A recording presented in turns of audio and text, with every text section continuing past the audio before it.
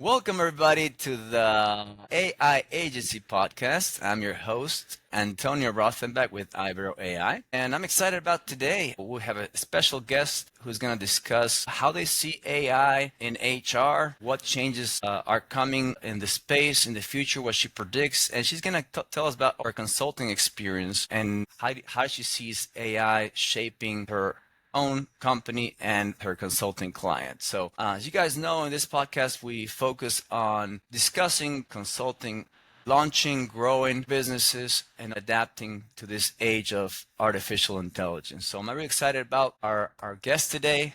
Her name is Donna Huntley. She has over 20 years of experience in HR and talent leadership in federal, commercial, and nonprofit organizations. She has a great track record successfully managing multi-million dollar HR programs. And I'll let her talk about her background and her consulting practice for operational efficiency and employee retention rate. We know how critical that is for the success of companies, and especially going to this era of artificial intelligence, how important people remain in every company that uses consulting services. Donna, welcome to the show. I'm really happy to have you with us.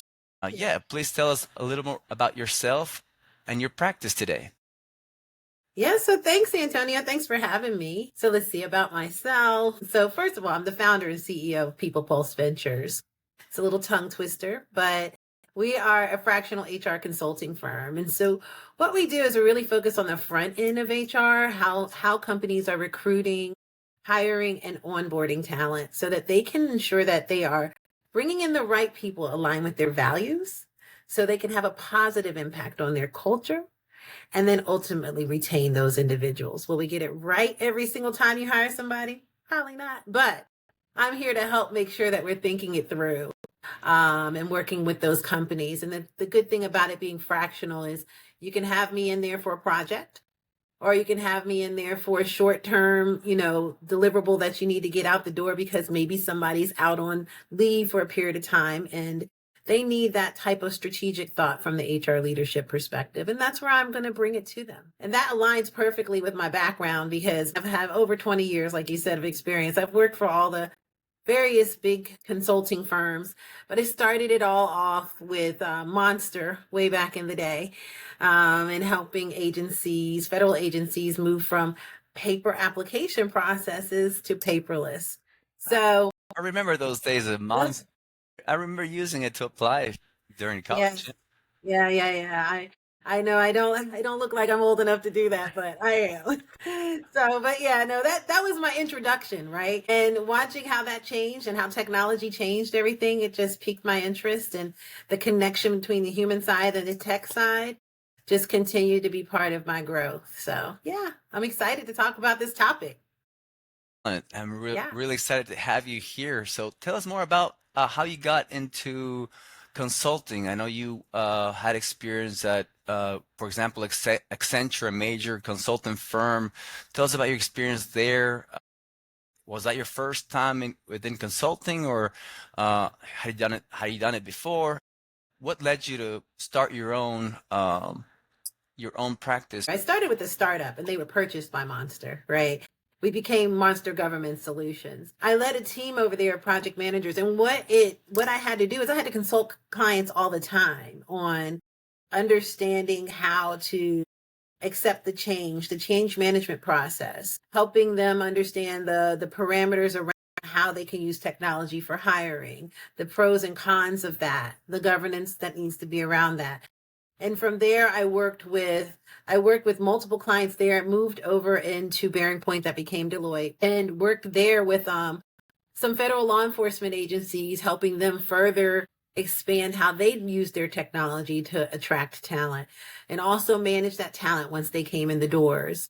So really consulting them on the right and wrong ways to ensure that you are hiring legally, right? Like, I always laugh at the example where this particular agency used to have a situation where they would put pictures of everybody. This is long before LinkedIn was really big, where everybody had their pictures up. And so, there were challenges with that. And so just helping educate them and consult them through other ways to be able to get the same type of information as to why you were putting pictures to see if they looked professional or acted or carried themselves, why you were doing that without having the risk of it showing any type of potential discrimination. Okay, yeah, okay. Yeah. Oh, wow. So I I didn't did that. And realize I that was worked a for thing Accenture. here. I'm aging myself or not, the opposite. But I grew up in Ecuador, and that's still a practice in Latin America. And I always thought, why why are they doing that? Yeah. Wow, I didn't know if your life was the same. Yeah, it was. And it's funny because in different countries, that's the thing, right? People who don't understand the global changes and the culture changes based off of where people are located. They'll go into an organization thinking or to a country thinking that they're going to operate just like where their headquarters is. And that's not always the case. When I worked in China with a client over there, one of the questions we used to ask that I was so taken back when they said, it was like, tell us about your family. Like, do you have siblings and I was like, what, why is this relevant? But it is, it's very relevant in their culture. The types of questions that they asked would not be acceptable in the United States, but it was part of their applicant tracking process. Very nice. Yeah. So that was your experience then. So I know I asked you before, but I'm curious, how did you start your own practice? What motivated you to start your own practice and how did you start it? Yeah. So I was launched into starting my practice. I was laid off from Accenture and I can re I you can know, relate. I was also laid off from a big corporation. yeah, and it was a gift. Listen, I mean, you and I have had this conversation before, right? It's a gift after you get over the shock and the fear that comes with it, especially when you're the one who's making the breadwinner for the family. Once you get past that and you start to say, what opportunities can I create from this? That's kind of where I went. I was like, I did a few smaller contracts and I really identified that there was a challenge with culture in these organizations. And it's funny because as a consultant, I used to go into clients and be like, they'd say something was wrong. It's like, they just need to hire me.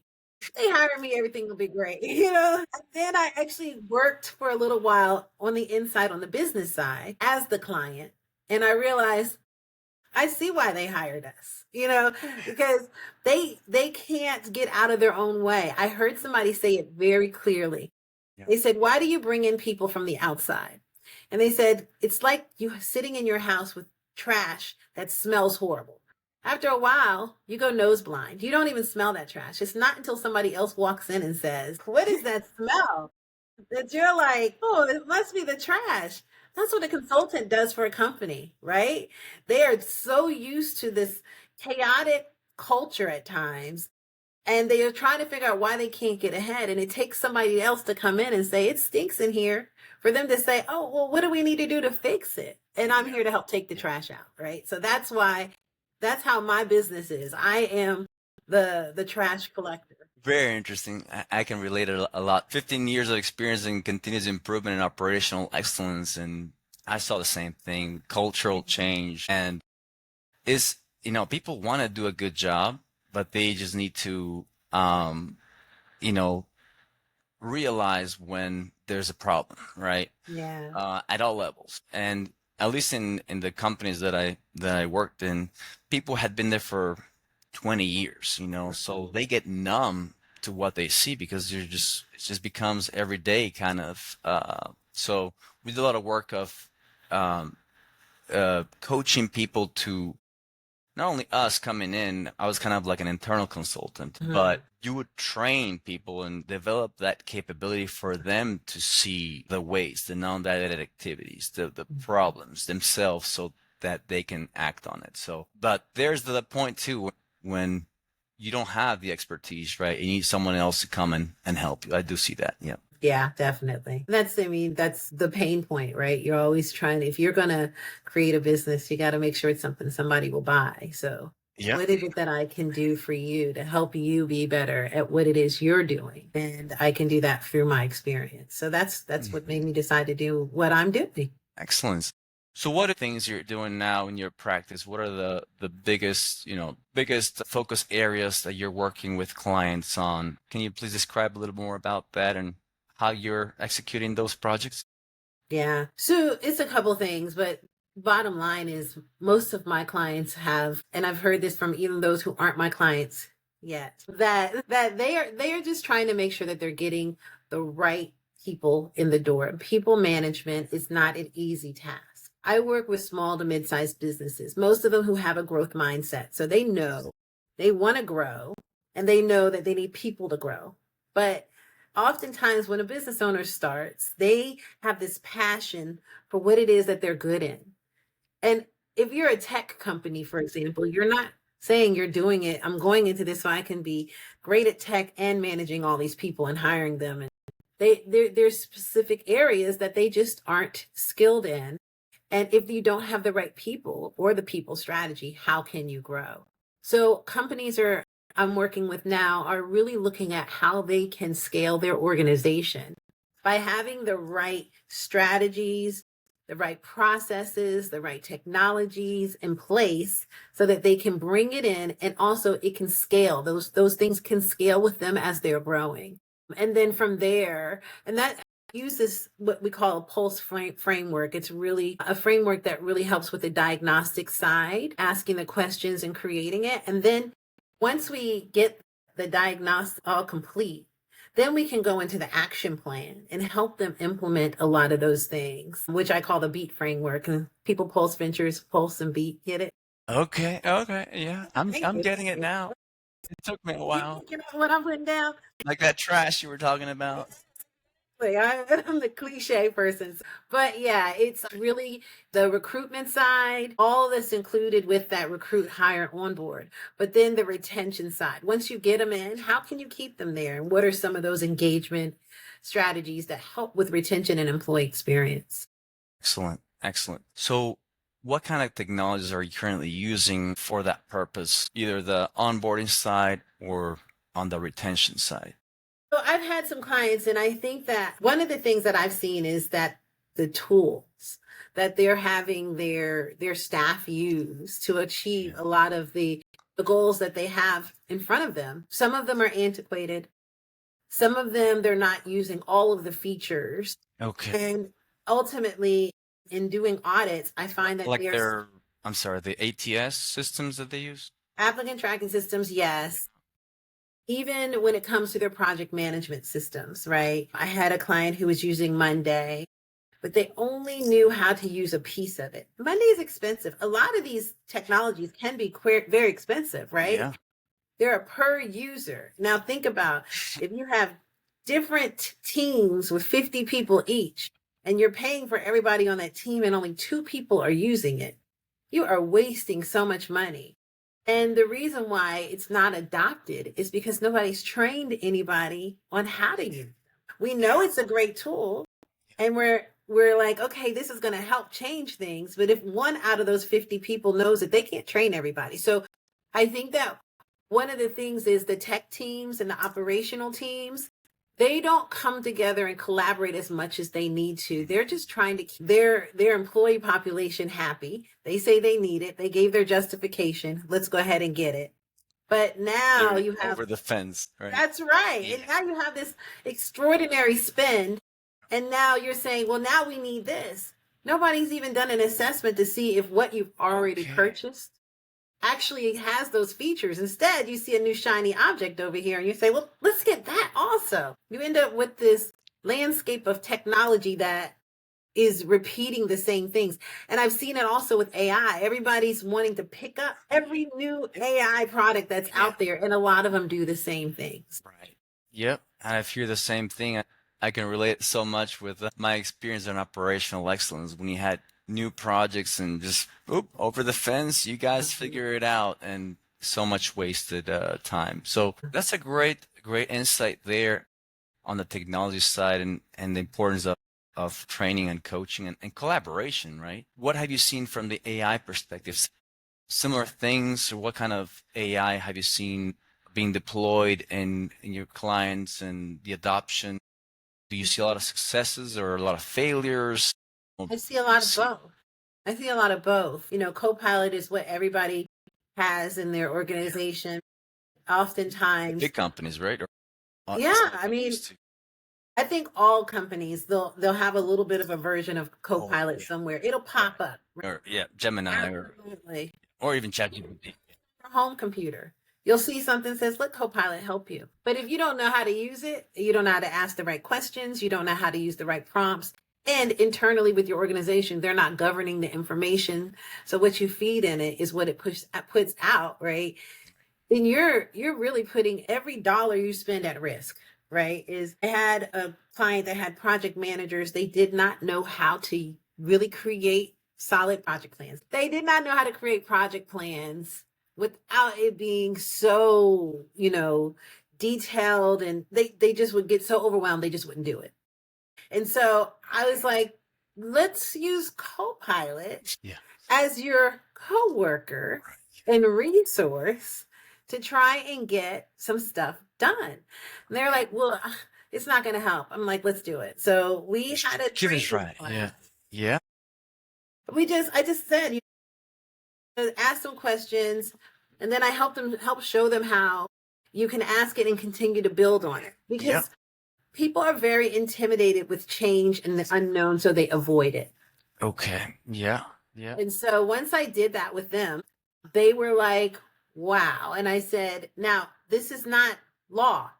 This is a resource. Now take this and start from here instead of avoiding it altogether because you don't want to get started. Let's help you get a kickstart on what it is you need to do. So that's one example of the Copilot. I also see smaller businesses, for example, who have high volume of appointments that need to be made. They're using AI agents up front to help with the answering of their telephone and making appointments and scheduling, which is really great. You can't tell that the person you're talking to is actually an AI, although It's they amazing. tell you, right? They say up front, I'm an AI agent, but there's training that's involved with even getting that to be able to understand the right questions to ask and the right workflows and processes. So there's that behind the scenes that I think the struggle is with a lot of companies bringing AI in. They bring them all in and they expect it to do its own thing. And there's work that has to be done behind the scenes if you really want to see the return on your investment. Very good point. Very good point. So what do you think companies should focus on then? Or you help them in your practice? So Wow. just to back up a little bit, I also took courses in cybersecurity. I went through a whole program in cybersecurity. That's great. Yeah.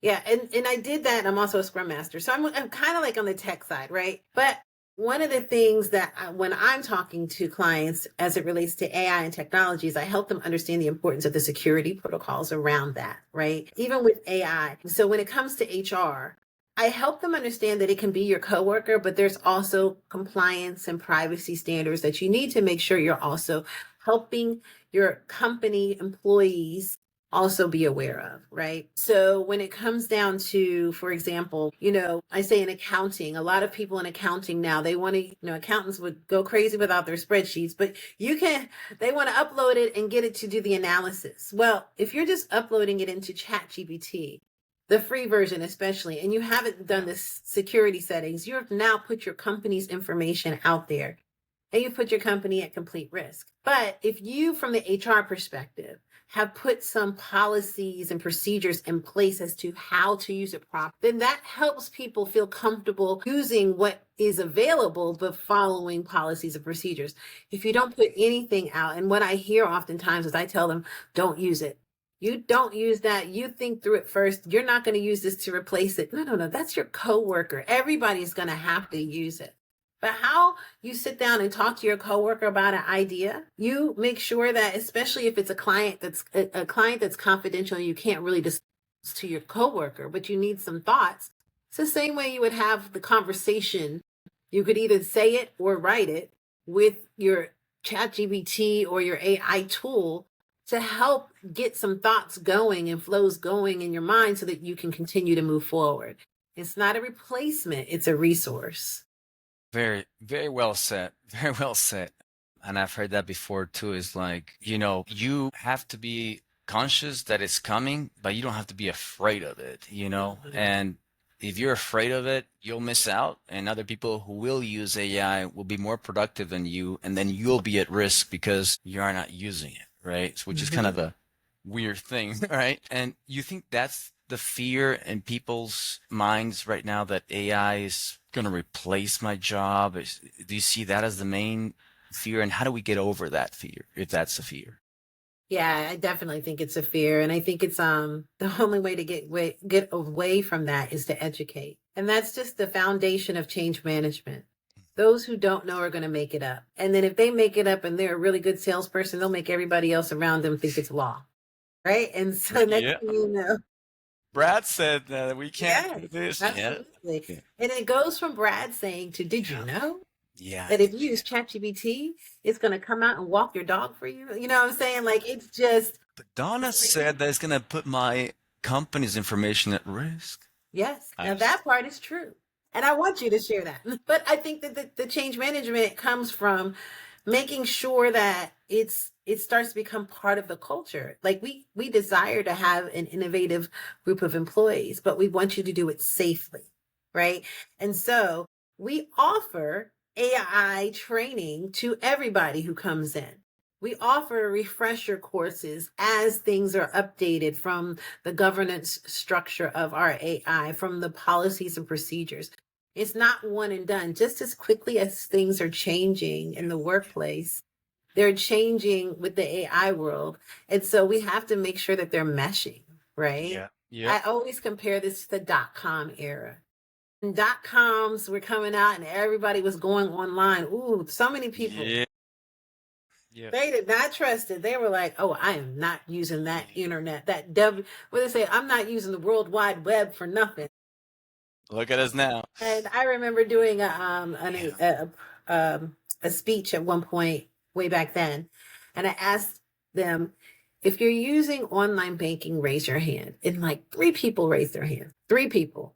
I can't imagine going a day, not one day, without somebody checking their bank account online, making deposits. Most people don't even go into the banks anymore. Right now, we're at that three hands in the air phase of AI, but in 5 years, you're not even going to imagine going to work without AI. So it's time right now to get on the bus and make sure that you're understanding, but also creating a culture that people aren't scared, but they're excited and they know how to use it properly. It's not going to, even if it replaced you today, they're going to have to bring you back because it's human plus machine. It's not machine only. You still need human intervention. So how can you leverage what it is that you're using and knowledge that you have to make that coworker you be your best friend? And that's going to benefit you as an employee to be more valuable, right? And, it's hard to imagine what's going to happen in the future, but I always look at it from the perspective of, if you want to grow in your career, you have to grow in your skill set. You have to adapt to the new changes. And then companies on the other end, I was a victim of a layoff, right? So how do companies implement these productivity improvements without laying people off? What do you think what is in your mind for that? Yeah. Yeah. First of all, I'm sorry you were laid off. Like I said, I was too. So many people are. And I think that, while you're there and knowing that there's layoffs are inevitable, I mean, not saying that people won't lose their jobs because with innovation comes change. But the thing is, you have to take advantage, and companies need to do this. They need to understand the importance of that training that you're providing is also going to be something that retains the good employees. And those who leave aren't leaving empty handed. Like you want to see the future grow, right? And so even if you had to let these people go, help train them while they're there. You, employee, take advantage of these trainings while you're there. That is only going to help your culture be stronger. And right now, even if you have to lay them off, you didn't lay them off with a bad taste in their mouth. When it comes down to your growing again in the future, these people who already have history with your organization may want to come back. We call those boomerangs, right? They're going to go and they're going to come right back later on when they've had the opportunity to continue because they remember that it's just like, they remember the great experience they had working for you. That's right. Yeah, and there's some industries that go up and down, and sometimes it's inevitable, but there's some other industries where companies shouldn't be, in my opinion, using it as a short term measure of productivity. Hey, we improved our costs in 3 months, because down the road, you're going to hurt your culture, right? So that's something Yeah. to really keep in mind for me. And that's something that I preach and I practice with my AI consultant practice too, is how do we grow and grow our people so that as we become more productive, we're either growing more business or allowing those people to move on to better roles. If it's outside of the company, whatever their career, they want to start their own company. At some point, I feel like we're going to have multiple jobs. You know, the way that technology is evolving, I I think think they'll be so. fine. We'll have more work-life balance. Everybody will work less hours a week. Maybe. I don't know. We're kind of I don't getting know a little about bit I into, don't know about that part. no, whoever chooses to work less hours a week, works less hours a week. It's going to be a value thing, right? How much value Yeah. you can provide. Uh, Yeah, I agree. I agree. I think that's a very keen observation.